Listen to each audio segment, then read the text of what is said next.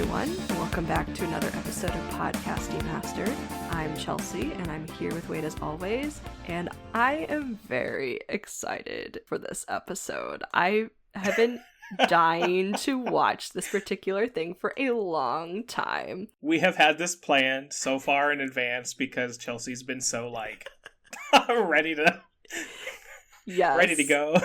Yes. So we are talking about the Frozen Broadway musical. Yes, guys, this is Disney's Frozen, the Broadway musical based off of the 2013 animated movie. And it came finally to Disney Plus on June 20th.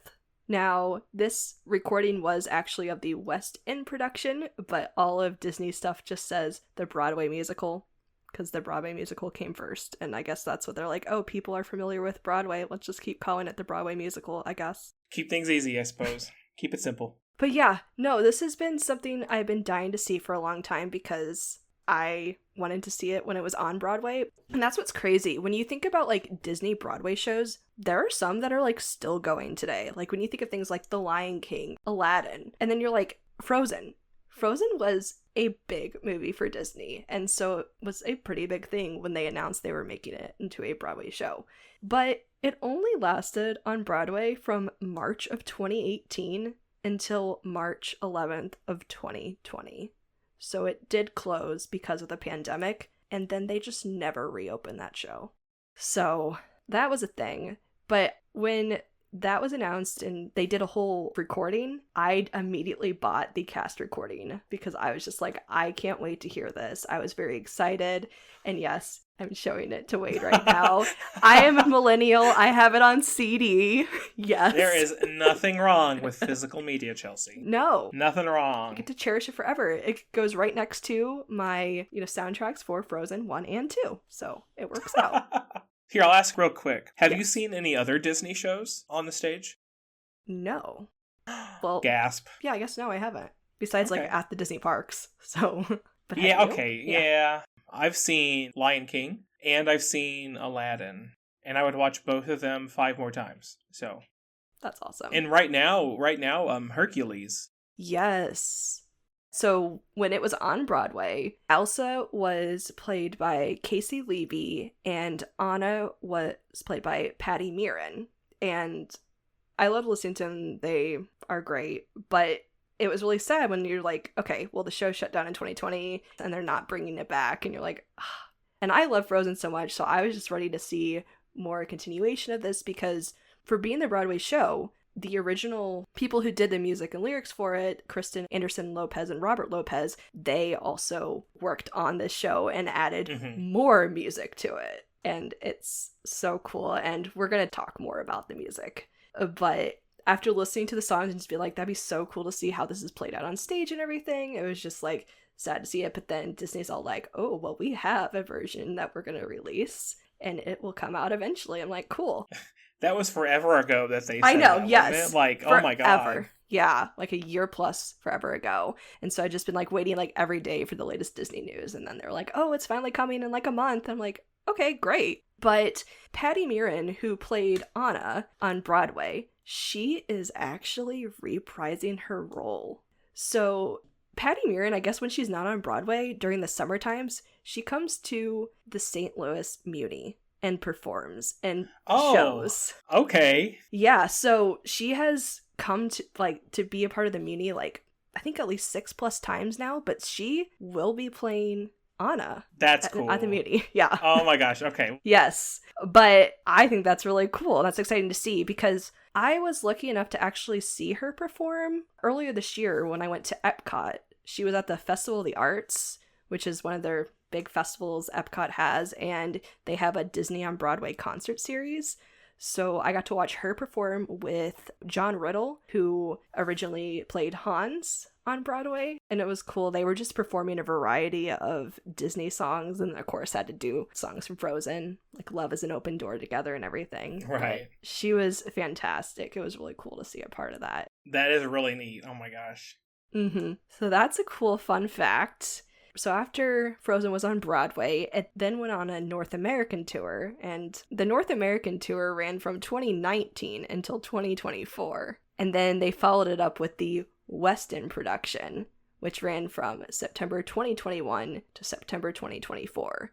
And so during that time, which was, I think it was actually near the very end of their run, is when Disney decided to do a professional recording of the show. And that is what is now available to watch on Disney Plus. Yeah. So that was cool to see. And it was something where I was kind of like, the West End version, I didn't know they had like a show going forever that was Frozen, but I guess it was a hit. They had it running like, for what 3 a years. job to have. Oh my gosh. Yeah. Like 8 shows a week for 4 years? It's Woof. crazy.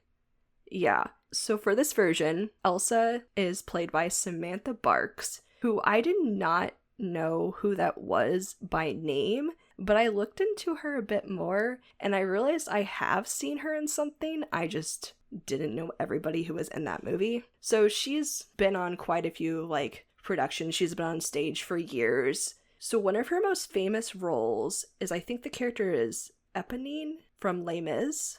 Oh, okay. Yeah, so she was actually Yeah. in the movie production as well, because she had actually played that role on stage prior to that. And so I guess that was one of her big roles where people became more familiar with her. Huh. Yeah. That's a good fun fact. Oh my gosh. Yeah. Huh. And then I ran into something else fun with Samantha Barks, is that she was on a TV show. She was actually on Disney Channel, but unfortunately, because we live in the US, we didn't see this. She was on like the UK version, and there was a TV show she was on called Groove High, and her co-star was Jonathan Bailey. Dun dun dun. It's all connected. Yes, yes it is. Oh It's my all gosh. connected. So it was apparently like, yeah, a musical comedy series where they were like rock pop stars. And so like they reminisce about their time in high school or something. I don't know. It was like a show, I think it lasted for like a season. But I thought that was really fascinating that they worked together. And just a little connection. Yeah, that is fun. Yes. But now I feel like we can dive a little bit more talking about this show and watching it. I had a great time. It was something that was a little bit weird for me because I had listened to the like original Broadway cast like recording for so much long that I had like expectations, but I'm like, these are different people, so this will be a little weird for me. Like It's to hear yeah, some of these songs. it's tough like getting so used to like this version of a production and this version and then seeing it change like from production, because you know every actor in music and stuff, they want to leave their own version behind. Copying and in mimicking and stuff in performance and stuff it's flattering, but it doesn't, you don't get what you want out of it when you're just like mimicking something else that was famous. You want to leave your own soul on it, and that's hard. Even as a listener, you're just going back and forth between versions, you know. Like it's tough. It's tough. Like I do that with the song Memory from Cats. Like I love, it's such a beautiful like ballad aria. I can only listen to like a couple different actresses sing it, but there's a bunch that I'm just like, oh, I don't like the way she oh no, and I gotta like turn it off and like go back to my safe place over here. And I'm just like, okay, it's better. It doesn't mean anything's bad. It's just I have put myself in a situation where I'm just too used to something else, you know? So I get it. I do. Yeah. And I mean, I feel like in general, like, I'm sure you have listened to like the animated soundtrack a lot, a good handful of times. So, you know, we already have like one particular set of people singing these songs, and then it's like, then if you listen to the like original Broadway cast recording, so many people have like, okay, one of the biggest songs that I feel like everybody has a big opinion on is Let It Go. And so you're always probably thinking, how is this person going to sing it? Are they going to try to pretend like they are Idina Menzel, or are they going to sing it within their appropriate range? That sounded targeted, but thanks. What? No, it wasn't. No. No, it was 100% more of like, when you see like on stage, you see these people who are performers who are on Broadway or are in all these big productions. You're just like, are you going to kill your voice while singing this, or are you going to just do a little yes, spin and it's gonna sound amazing. Okay. Okay. But no, for real though, like Let It Go, it's a hard song, you know? It was written for Idina Menzel. It's tough. Like because of the range. Like I can sing it. I'm not singing it in her octaves. One, I'm a man. That would be crazy. But second, you know, like within my own range, I can sing it comfortably, and belt it out and have a wonderful time. But that's not the same thing. I'm not singing it at her range. So that's a no thank you. I would die. Yeah, that's it. But it's just like, it was just interesting to see, because I feel like there are some, like we said, some expectations of seeing some of these songs you've heard before or hundreds of times, or however big of a fan you are of Frozen, like me. So, you know. But what's cool about this is that because it's its own thing, in a sense, they expand upon the story a little bit also because of when this show was created. Frozen 2 was either in development / like already released at this point. So they have added some things into the show, if you notice, that kind of allude to things from Frozen 2. I caught a few things in regards to like her mom and stuff. Yeah. I caught a couple like remarks. I was like that wasn't known information. Yes. Apparently. Yeah. Oh my gosh. And I think it's kind of funny, but it's also kind of cool to see like how they expand the story and how they choose to, because also I think in general this musical gives our characters more depth. We get a little bit more songs, like especially like from Elsa, we get way more in her head, kind of like, yeah, like where she gets to explain her feelings, and you know, yeah, not that like, you know, Elsa's not so complicated a character where you really have to guess at what she's feeling. You know, they did a good job of animating her face and showing off her emotions and how she must be thinking. You know, that's not hard, but a lot of the new songs specifically really show off, yeah, like what you said, getting in Elsa's head and showing that off to the audience, making it more like apparent. Yeah, and like we said, so there's like more depth in general, because we also have like a song between Anna and Kristoff, which is like early on when they first meet, and it's a fun duet, but also just you can really like get an idea of their conflicting ideas about love, and well, like, and they're like not getting along yes. and stuff like that, you know. You see a lot of, and then you see like the growth between, like, in regards to them thinking about each other throughout the rest of the musical, which you don't really get in the movie. In the movie, it's like, oh, they meet and they're just like immediately like obviously supposed to be a couple by the end of the movie. Yeah.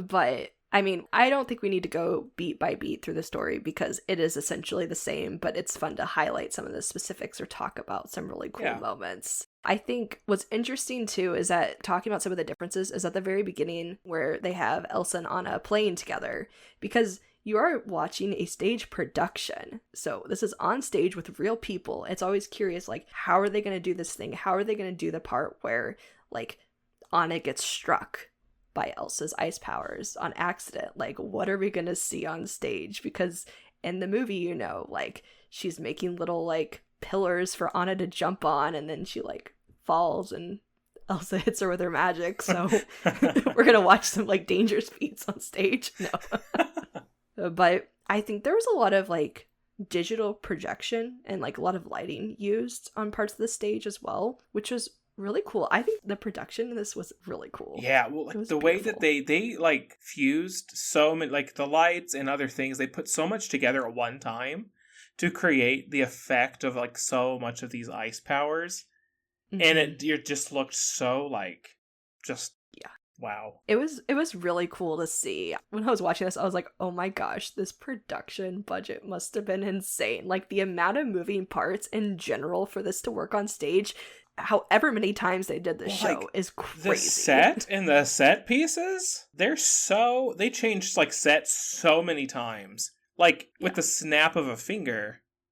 It's crazy. Yeah. And also just like the ensemble cast, fantastic. The amount of things they did, talking about like the set pieces, but also like the choreography and Love is an Open Door. Like, they get so many people involved, but also our main people, Anna and Hans, like, for her to dance and for him to pick her up and stuff in that huge dress, like, to do things where it didn't look terrible, like, it was amazing. They made that song way more raunchy too. Or also, oh my gosh, all their interactions. That was something I was gonna say. Like, Anna like needs to take a chill pill, because like girl, what she's you read doing? Some books. No, apparently, because like some of the jokes and stuff that she makes, like specifically in that first like 20 minutes, I was just like, this is a Disney show, right? Like, what? Nope, this Like, this is wow. Frozen for adults. Oh my god. Frozen After Dark. Yes, yes. 100%. Oh my gosh. But okay, well, also when talking on the subject of at the beginning of meeting Hans, the dude who played Hans, he was very over the top, and he made a very creepy Hans. Like, immediately gave like, Oh god, the Hans second the I ick met him, factor. I was just like, I want to punch you in the face. Yeah, I was like, you are like, yeah, like you're 100% saying I am the villain here, and I was like, that's just wild to me. But good on you for doing that. I think it was his crazy like facial expressions or something he kept doing, and I was like, Oh yeah, no, he's got a face, and I was like, ooh man, yeah, like, I don't yeah. know I was about like, that. major stranger danger here. Oh my gosh. But then, yeah, talking about the specifically in the song with Anna and Kristoff when they sing "What Do You Know About Love." And that whole like staircase they're on or whatever, like the that was ice so and like it's cool. moving across the Yeah. stage, that was really like cool. Well, and when they like kind of like skated over the top of it too, I was like, I Yeah. want to see what's going on there. Like that looks neat. Yeah, there were so many moving parts on that, because there was also the parts too where like they would step and like a part would like follow through as well, like the ice was breaking underneath them. Like, wow, it was very elaborate. It was very cool. Oh man. Okay, well, obviously we have to talk a little bit about Let It Go. Now, technically, Let It Go was not the number I was most excited to see, but it was one that I was always like, let's see how it goes. But overall, it's fine, but then it blew me away with the costume change. Yeah, they hit the like highlight of the song, Yeah. you know, and there's the costume change, and I was just like, oh my god, like kill me and take me to heaven, because that was amazing. Oh my Like, gosh. Jesus. Amy and I were watching and we're like, whoa. And they were like, let's rewind. We have to see that again. And we're like, this is crazy looking. It looks like they pulled things off so well, and it looks so cool. And it was also because like that moment wasn't fully expected, because I was like, how are they going to do this? Are they just going to add a little bit more smoke and do a little, you know, a little simple costume change? But no, this musical had some crazy costume changes. Also like on stage costume changing, like by Anna. All the Like- that poor girl's changing in front of the entire audience the entire time. Multiple times, yes. I was like, gosh. Yeah. I mean, but That she was does wild. have. She gets lots of costumes though. Like, good lord, she Yeah. might get more than Elsa. No, she does. I was like, oh my gosh. Because we see her like at the very beginning with like getting ready for the coronation day, and then actively changing on stage. And then later on when she's at like, wow, Oaken, right? Yeah. Yeah, Oaken's, yeah. And then changing and like putting on like an extensive costume with multiple layers, the boots and everything, like crazy. Which, what do you think of that song? I was not expecting that, but I was just like, yeah, this really is fitting into what's going on here. Like, that was something. Honestly, Yeah. it was giving me major like the producer vibes. I don't know if you've seen that, but it was very giving me that, which is not a bad thing. It was really out of left field. I was not expecting it. Yeah, and I think it's really funny. It's probably a song that I think if people hear it, they'll be like, oh my gosh, I either like really hate that song or I like it, but I think it's for a select few. But I can appreciate it and that it fits well, and it's also really cool because the word that the whole song is about is legitimately a real term in like Norwegian culture that is meant the whole thing about like being comfortable and stuff and just like feeling good and the whole vibes with that. Not you guys. Yeah. Not you Mhm.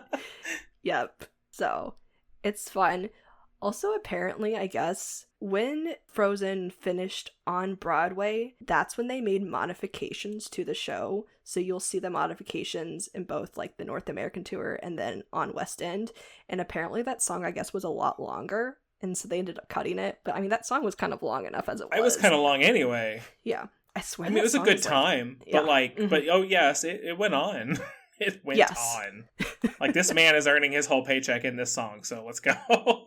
Yeah. But I was like, that's interesting, because then we'll get into another couple songs that they cut, but I realized I wanted to go back to when Elsa is at the coronation. Mm-hmm. I don't know why. I really like that like song. that extra song where she's kind of like, am I enough? Is this going to be, how is this going to work? That song is really catchy. Dangerous to Dream. Yeah, no, that was a good one. Yeah. Yeah, because it's, of course, yeah, you get more in her head, but it's also her talking about, like, being hopeful about a future, like, that she wants to be able to tell Anna about this, but, things are complicated, and just like, but they give Elsa a ton of great songs. It's kind of the hot take of, I love Let It Go so much, but she had some other really good songs in this, too. The new ones that they added gave off similar energy for different parts of the movie. So you get a lot of Elsa, like, throughout the whole show, and not like, we're just kind of building up to Let It Go. Yeah, that is so true. So one song that was very surprising to me, because I didn't know until after watching it that they had it wasn't until I was watching it that I realized they changed one of the songs. So when Elsa's living all in her ice palace and Anna finally makes it there, the song that they sing in the movie, as well as actually in the original Broadway production, is the First Time in Forever. And so they sing that, but they did not do that in this. Because they sing that whole new song. Right. No, okay, no, I noticed that, because, the beginning you get, do you want to build a snowman? But it kind of changes partway through. Yeah. Until you get to For the First Time in Forever. But then, halfway through that, it's kind of different again. And they go off into, another, a different, a new song, or a different part of the song. It is new. Yeah. But I liked it, though. Okay, I was curious. I was going to ask your opinion about this. It was good, because, we've heard a lot of For the First Time in Forever. I think we've all listened to it a million times. Oh, this is new. Oh, this is fun. Oh, okay. So I liked it. I liked the change. There's, when it comes to, the Disney musicals a lot, yeah, all of this music, and it's good, and they put it in there on purpose, because duh. But then, depending on who's writing it, they like to have fun, and they want to change it, and give you something new to focus on that fits in with the old stuff, too. Mm-hmm. And that is a really good example of that. You've had your fun, here's us having fun, to show you something new, too. Yeah, and that's something that's so interesting to see, because, they expanded upon this. You get so many little, whether they're lyrics or just, kind of musical, I don't know, cues or whatever, or a lot of these songs that ties everything together, that keeps going back to, the main themes of Frozen. Oh, for sure.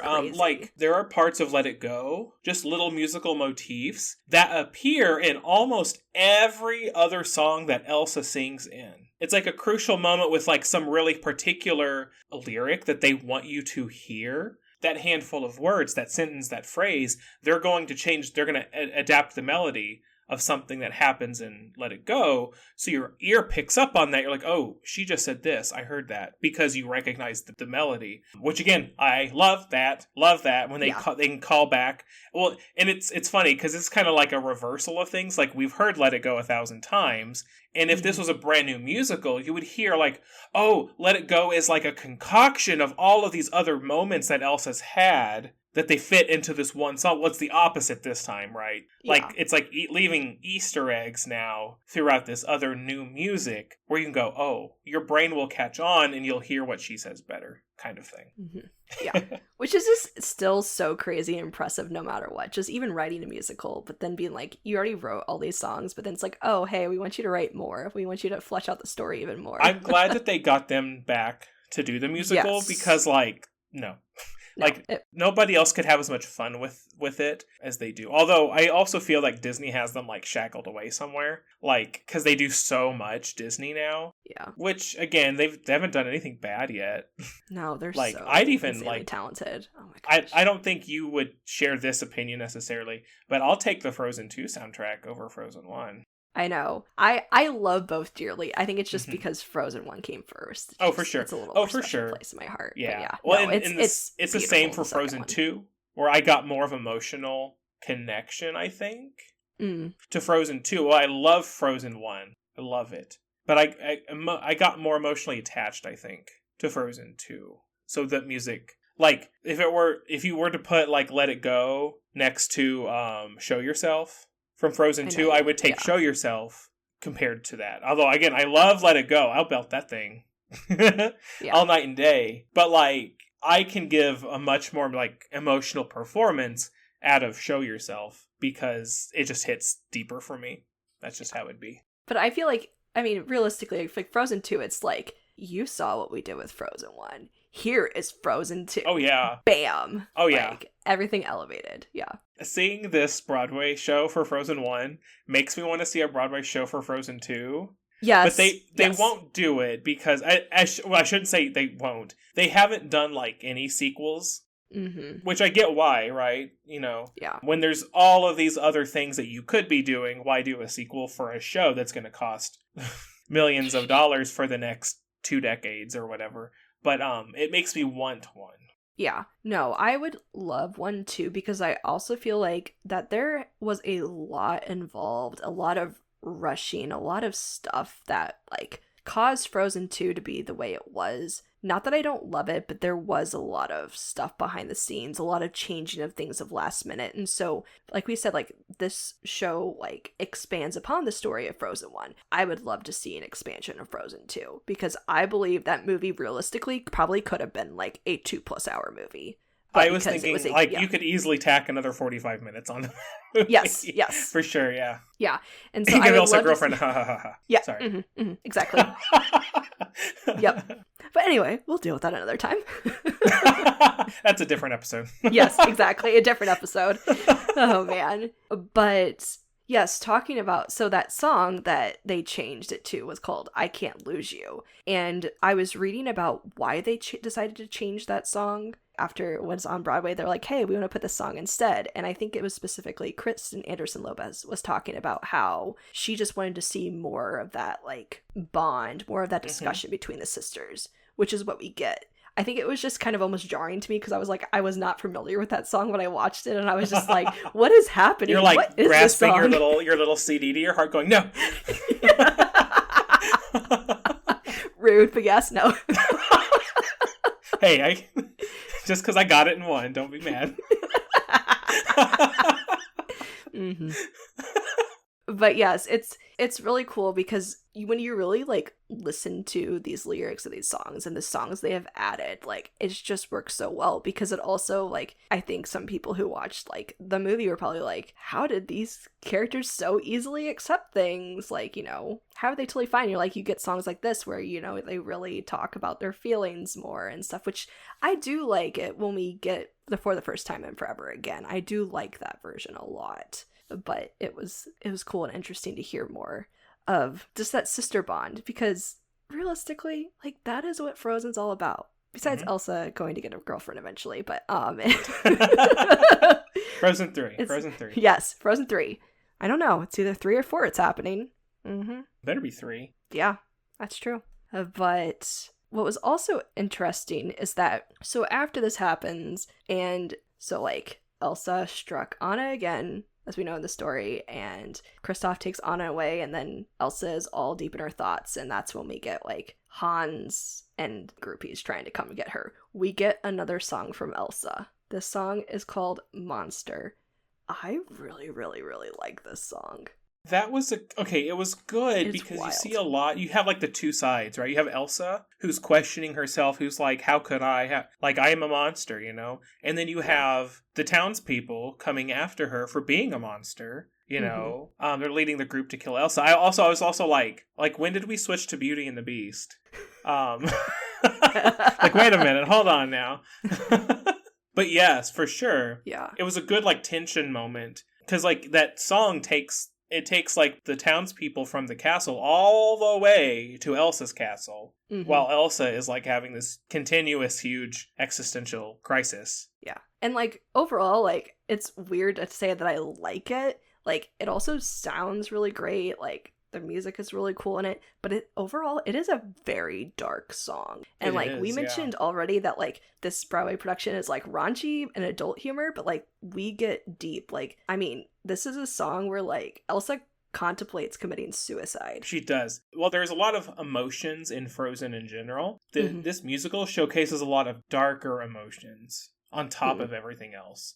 It really like that struggle to bring like an obviously more kid-ish story to life, but also like keep the adults entertained. They did a really good job of giving adults that deeper meaning, those darker themes and stuff like that, for sure. Yeah. And like, because this is her whole song where she feels like is she a monster? Should she be like this monster that everybody expects of her? And that's where she like gets in dark places of like, I didn't want to cause this storm. Like, how do I stop it? Well, there is one way I could stop it. And then she's like, well, would that actually stop the storm, or would it just make it worse? And then like her choosing to continue to fight and do what she can at the end. But in general, like also just like the production design during this song, like the craziness going on stage, trying to really like help add to Elsa's emotions and like her powers. Like we have like very similar to when like Hans and the townsfolk coming of like the spikes everywhere, but like also the stage is like rotating at that time. Oh my gosh, that was really cool. It was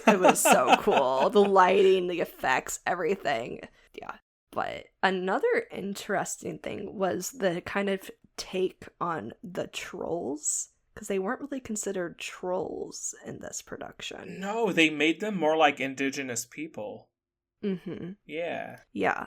And so, like, we get to see them a couple times, but then we do get their performance of Fixer Upper. But it was just... which after they introduced them, like, at the very beginning, you know? And I was like, oh, they went this way. Like, that's really cool and, like, culturally appropriate, which... Frozen got in a lot of trouble for when it came out and all the stuff, you know? And halfway through, I was like, well, at some point, they got to go back to the not trolls. And, like, that song was such a, like, out of place moment. Yeah, it was like, we have to save Anna, she's dying. But also, have you met my son? Like, oh my god, like, you leaned really hard into the Anna is dying thing. Yeah. Maybe try not to pawn your children off in the middle of a crisis. Nope. He needs to be with somebody. That's the most important thing. Right also, now. like the actor for Kristoff during that song, he's just like stomping around like, I am so sick of this.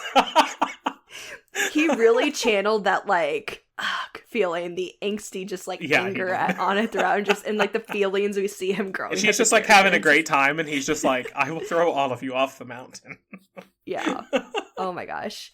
But before, when like Kristoff is like calling for these people to come, like it's really cool how they did like their like the background was really dark and you saw just like the eyes in the the eyes, and they're like blinking and they're all like moving around. Anytime that was on screen, I was always watching. I was always so like hypnotically transfixed on them in the background. I was like, can I have those like goggles things that they have? Like, I want to wear those. It was so cool. I was just like, I love all this. It's just fun to see all these new things or ways they're doing things, which during that song was also interesting because at one point some of them bring out these kind of like, not really quite banners or something, or like these poles, and on each pole was a symbol for one of the elements, and they did the 5. Yeah. Totally alluding to Frozen 2. Yeah, like all the little Frozen 2 tidbits. Well, and there was one, Elsa's final, like, wardrobe change. Yeah. She doesn't keep her, like, icy gown thingy. She's got this white ice ensemble that was just straight up Frozen 2.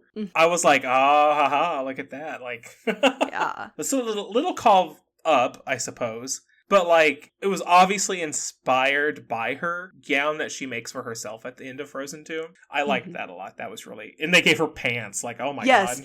Freaking pants. Yes, of course. Pants. But I had to do a double take on that part because I was like, wait, she did an outfit change. I was like, okay, sure. But yeah, that was really interesting to see. But one thing I guess we didn't mention is that, of course, like, because this is a stage production with people, like, you know, you're probably wondering, how do they do Sven? Or how did they do Olaf?